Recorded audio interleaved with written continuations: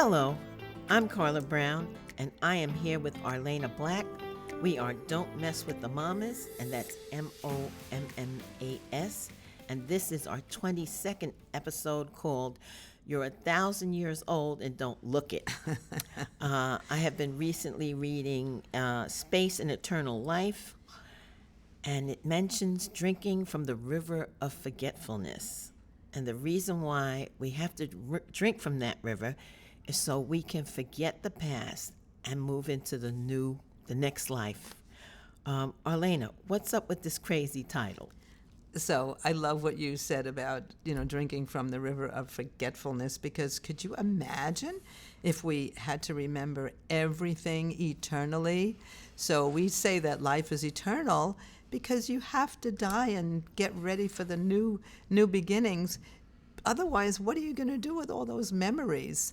You have to dump them somewhere. Mm-hmm. And I know that one of the theories of dreaming, and I think it's probably the most accurate, is that we dream so that we can get rid of the daily thoughts and actions that we've had so we can start fresh. So imagine that your life never, ever, ever ends. There are people spending goo-gads of money trying to prolong their life, but life is eternal, and you definitely need rest at the end, and you need to refresh your life. Mm-hmm. So why do you think, Carla, it's important to believe in eternity? Well, for one reason, it stops you from worrying about going to heaven or hell. You don't have that concern. It's just that you get a chance to start over again. And that was one of the things that intrigued me about Buddhism, that you could change your karma, and I can't imagine having to hold on to everybody that I lost. How could I do it? There would be no way I could do it. So, and the eternity of life is that you're always brought back with people that you know. They may not be your mother, they may not be your father, but they may be a cousin or a good friend. So you never really lose them. So Arlaana, why is it important to believe in eternity? Yeah, same question back to me. Mm-hmm. So same thing. I think that the idea that we have a good, restful sleep at the end of our life, if we really led a life of hope and courage and confidence, compassion, caring about others, caring about ourselves, the most difficult thing to do sometimes. Mm-hmm. When we pass away, when we die, and there's so many words that people use, we could really die in a peaceful, happy way and say, wow, that was a great life. I can't wait till the next thing that comes, along. And it was really sad to me when I met with my friend who is a chaplain and a hospice chaplain, and she told me what she hears most from people are the 3 R's, which we talked about in the previous episode: remorse, resentment, and regret. And I said, how terrible that at the last moments of your life, you're filled with such negativity. At the last moments of your life, you should be just joyful and say, that was a great life, and even if you've had some, negative experiences in the past, you can overcome that and die peacefully. Mm-hmm. So I love the idea about eternity. That makes it so, it puts us in the driver's seat. Our slogan is, you are the protagonist, not the victim of your destiny. So all the causes you make are so vital to understand the law of cause and effect. If people really live that way, they would never harm another. Mm-hmm. They would never harm themselves. They would never do anything that really denigrated people's lives. They would live with a compassionate, caring nature, which is so much more fulfilling. When you appreciate, you feel so much more fulfilled than all the money in the world and all the beauty, the looks, whatever. You feel so refreshed. And I know personally I've had that crazy experience of when the plane touched down in Nigeria, And here's a Jewish girl from Brooklyn feeling home at last after all these years, and that spontaneously came out of my life. So that really showed me, absolutely, we live so many different lives, and people have experienced that. Have you had experience like that, like a familiarity, like when people have familiarities with some places, some parts in the world or whatever? What's been your experience? Well, I've met people who I felt that they were something to me. They were Right. either a brother or and I loved them, like I would a brother, to look after them, to help them in whatever way I could if they needed it, or advise them. And then there was a lady who she also had the same type of experience you had. She was Puerto Rican and she went to Hawaii, and she felt like when she got off the plane she was home. Right. And I think that can happen to all of us. We can all have that. It's just a matter of traveling, and meeting people. Yeah, deja vu, right? Yeah. When people say they have deja vu, well, where's that coming from? Yeah. It must be a memory of some Right. sort. Some sort of connection. I mean, and you could even make those connections in this lifetime.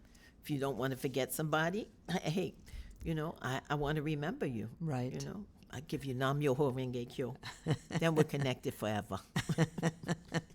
I know that one of our seniors in faith said, so you can choose for your next life. You can decide, I want to be with that same husband. Nah, I want to try somebody new. I don't even want to be married. You have all these different choices in life.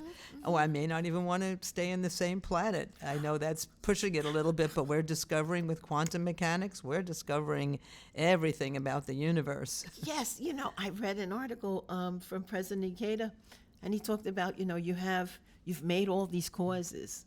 All right, just on this planet. What about the other planets you've been on? And I was like, oh, really? Really. So, Arlaana, why do you think it's important to believe in eternity?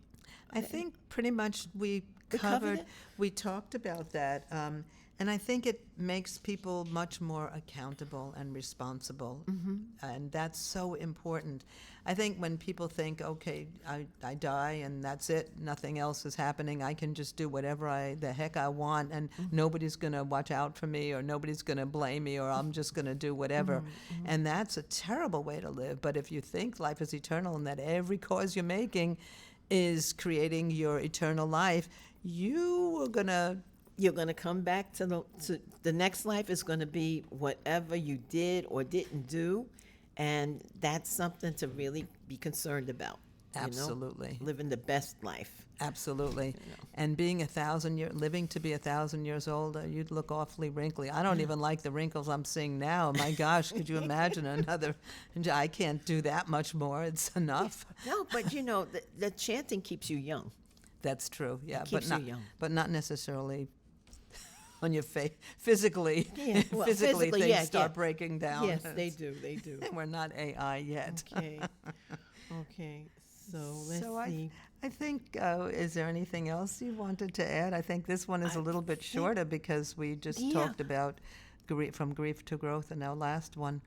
What I do these days is when I'm doing my prayers, the last prayer, I think about the people who are dying, if they're in the state of death or going to die, yes, that they go without fear, without pain, without wonderful. regrets.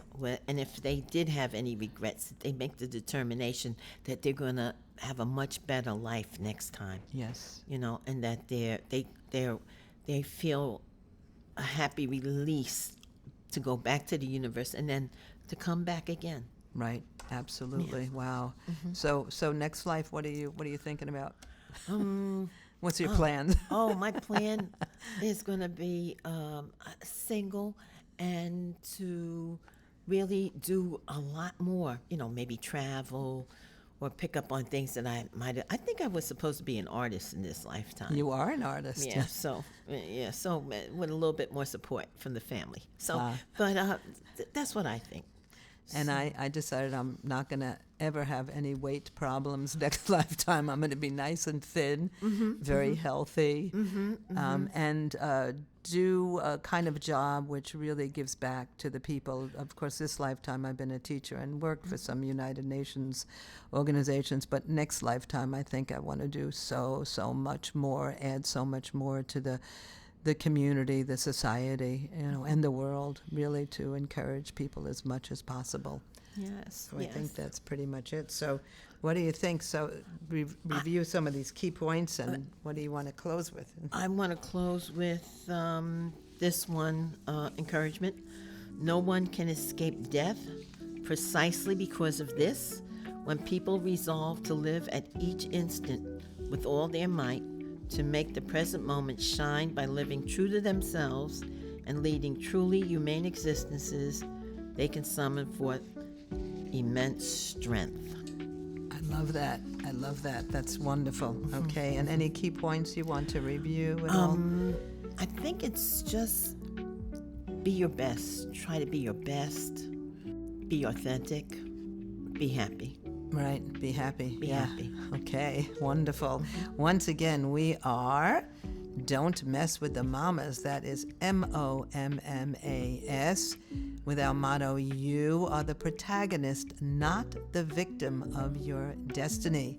You can find us on any platform, and we would love to hear from you. Mommas, mommas.podcast@gmail.com. Thank you so much for listening, and have an amazing day, an amazing week, an amazing month. Bye-bye for now. Bye-bye. Bye-bye.